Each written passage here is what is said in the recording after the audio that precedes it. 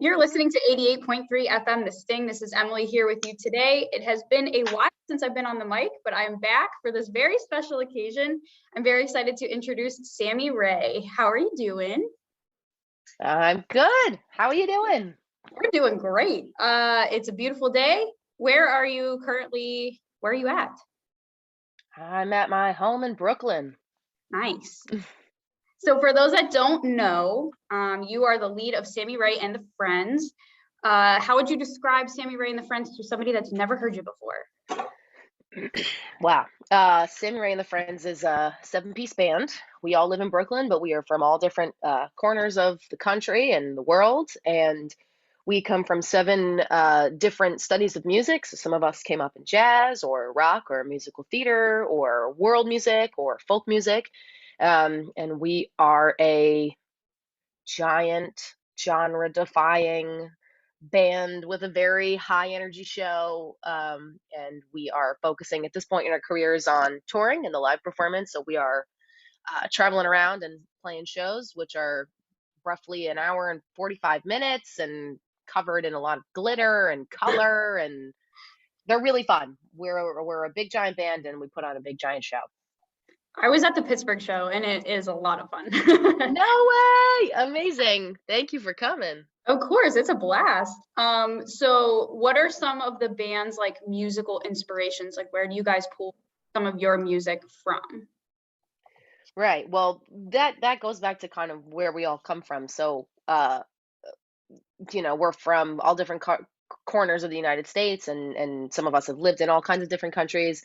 I'm the predominant writing member of the band, so I'm writing all the songs in the like legal sense, which is chords and lyrics and melody. But it obviously I play keys, I play ukulele, I play banjo, and I don't play drums or saxophone. So there's always this lengthy and exciting process once the song is written, where the whole band is offering what they offer, and so from the songwriting sense, a lot of my inspiration comes from classic rock and American folk music.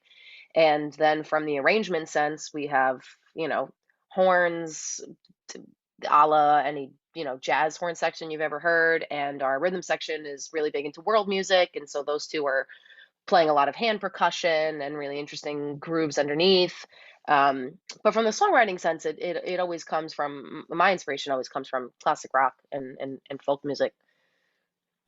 Do you have a specific way that you like your writing process, like when you're actually writing, like you said, the lyric type of things, the actual song itself? Do you have any kind of rituals or things that you go through, or any specific processes that you do, or people you always send your music through before you put it out? No, no. Yes and no. um, well, it's I don't have an easy time doing the let's sit down for 2 hours and write a song thing. That's never really been my speed. So, in terms of how writing happens, it's typically some sort of lyric inspiration first, some sort of like turn of phrase or catchphrase or something that somebody said, and that will stick with me. And it comes in life. It comes when I'm washing my hands in the bathroom at a bar and I hear somebody say something or somebody says something on the bus or something like that. But the lyrics and the words always show up first and they always show up kind of out of the blue. And then the melody will come around later at some point. It kind of comes together in pieces, right? So there's always this initial inspiration for a song, which comes from always words, something that I've heard. And I'll hold on to that for a while and then music will come later on and I'll say, oh, I have this melody, I have these lyrics, and these two I think would fit well together, and then we build from there. On your tour, like I said, I was at the Pittsburgh show. So you take a lot of the songs that you have on your EP and your album, and then you kind of make them into like a variation because it's live and it's exciting. Do you have any sort of like altered version or altered moment that you like the best, or that you like to incorporate in your live shows that you can't do on an album? Yeah, I mean, well, when you record something on an album, that recording is a timestamp of where the song is at that time in its life, and it's going to have to grow and change and evolve as it gets played more and more. And there's little things like, let me think. For instance, in Jackie O, there's this moment at the end.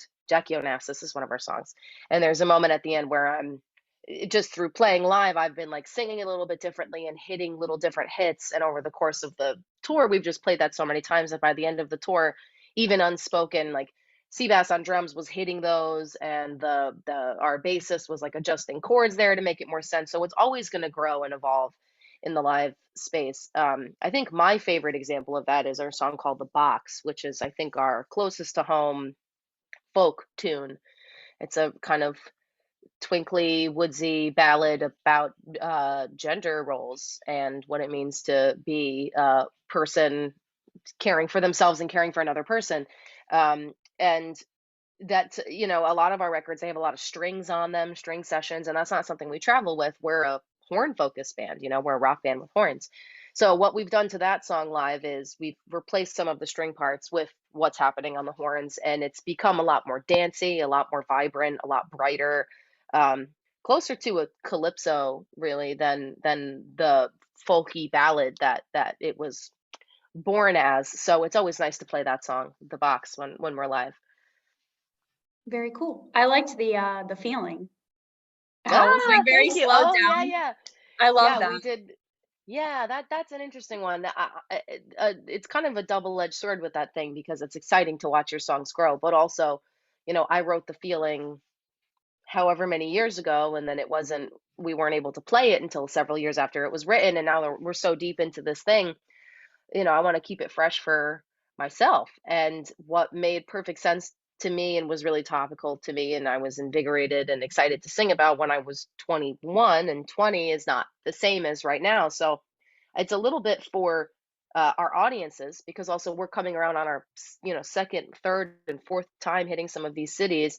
Folks have seen this show before, so we want to give them something new. And also, I want to sing it different. I want to sing something new. I've been singing this song for so many years, it means something different now. So we open it with this acoustic me at the piano moment, and we've changed some of the chords and written in some little breaks and stuff. But yeah, pretty much every tune has its own life live. But yeah, the feeling we did a lot to that one, and a lot to The Box as well. I like that a lot. So you said it's been a long time since the original EP came out and you were working on the same things for a while. But how did Sammy Rae and the Friends come to be? How'd that start for you? Um, we all met on the New York City music scene. So when I first started writing songs and was thinking, oh, I'm gonna put together a band, it was, I didn't really know anybody, so I was going out to open mics and jam sessions and venues that would show, five bands a night. And after a while, you start to see the same players, and you're playing bass for this person, that person, and that person. I really like what you do. Why don't we go get coffee? And then we just kind of all became friends, and they all kind of one at a time came into the project, and it was just a perfect fit, and we found a place for them, and they felt at home. And the lineup that you see right now, the 7-person touring lineup, most of us have been around from the very beginning. Is this the first major tour that you guys have done? uh it's our first like national tour. Yeah, we had done a couple weeks of the West Coast. It was 2 or 3 weeks of the West Coast uh earlier it was like shortly after Christmas at the top of the year. Um, so that was that side of the country, and then some of the middle of the country, and then we came back this time around, and it was mostly East Coast and some of the Midwest. So yeah, I mean, we've hit a lot of major cities, and this tour, the Follow Me Like the Moon tour that we just came off, was the longest like time we were out, right? We were out for 5 weeks, and almost every single night was a show. But we've played plenty of, it's a week and then come home for a couple days and then go out for 2 weeks. But this was our first major tour in terms of length of time on the road. Yeah. And how was it? It was amazing. It was amazing. It's still so hard to process that it was real life. It was our first tour on the tour bus, which is a total adjustment, right? So we were getting off of the bus and playing the show, getting back on the bus and falling asleep in our bunks, and when we would wake up, we were in the next city, which is totally, um definitely a step up and a step more convenient and more sustainable for 5 weeks than what we were doing in the past, which was like driving around in a Sprinter van and then playing the show, driving an hour to the hotel, got to wake up at 7 because we got to get on the road and get to the next show, you know. So it was what we were able to travel and perform at a much more leisurely and sustainable pace for a whole 5 weeks this time around. So that was great.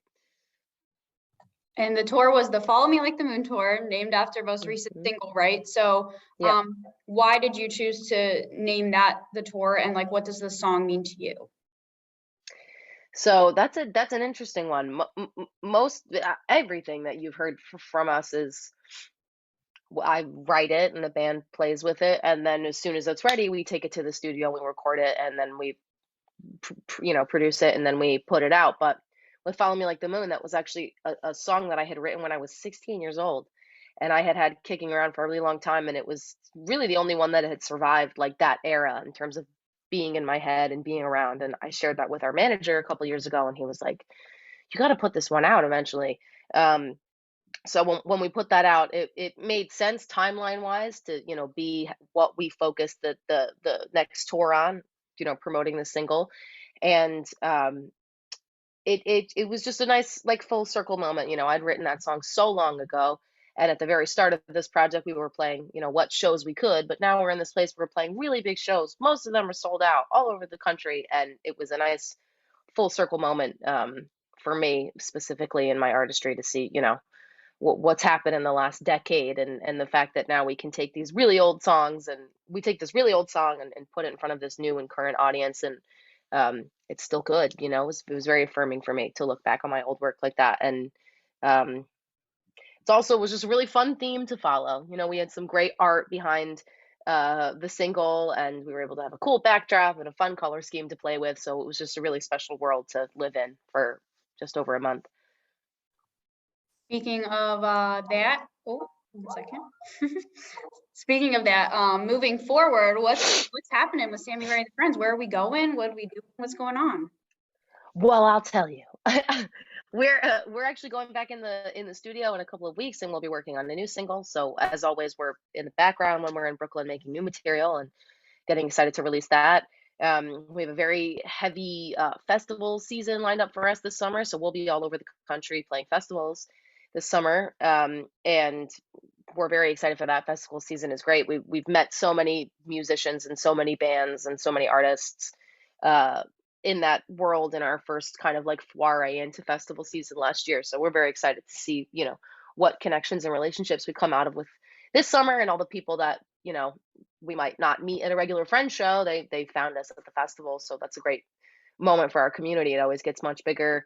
Um, and yeah, that's about it. Continuously, we're in this cycle of, working on new material and getting it to the studio when we're home in Brooklyn, and then going back out. Like I said earlier, the we're in a point in our careers where we're all focusing on touring. That's the main focus. Do you have a favorite part about performing live or performing touring? This is it. It's cliche, but like the audience. That's so cliche, but not the audience in terms of who's in front of me in the front row, but the greater community that we see in that space. Where they're such wonderful people. They're just so kind. They're very young. The majority of them, or a large part of them, are queer, and they're just the kind of people who are makers and creators, and they like the music, and they're excited to be in a space where they can connect with like-minded people and have a great time. So just sort of the not the audience in terms of who's in the front row looking at us, screaming at us, but to walk into a space with that many of that sort of person who are all kind of, excited about the night, and they're showing up with the intention of like making friends, being a good person, singing songs that they like, and feeling really affirmed in who they are. It's really special to be in a room full of that much energy. So we miss them, of course. I come home and I miss them. I also love my bed and my space and all that, but it's wonderful to walk into it's like a big giant party every night, and everybody there is somebody that you actually want to be friends with. Big family feel. Yeah. So last question. For those that don't know anything about Sammy Rae and the Friends, have never heard you, how can they find you? You can find us on Instagram at Sammy Rae Music, SAMMYRAE Music, and our website is sammyrae.com. And you can find us on Apple Music and Tidal and Spotify and all that. Our first EP was called The Good Life. The next EP was called Let's Throw a Party. We have a couple singles and a couple covers peppered in there, and we just released a single called Follow Me Like the Moon. And you can listen to Follow Me Like the Moon right here on 88.3 FM, The Sting. Thank you for taking the time, Sammy. I appreciate it. Of course, Emily, thank you so much.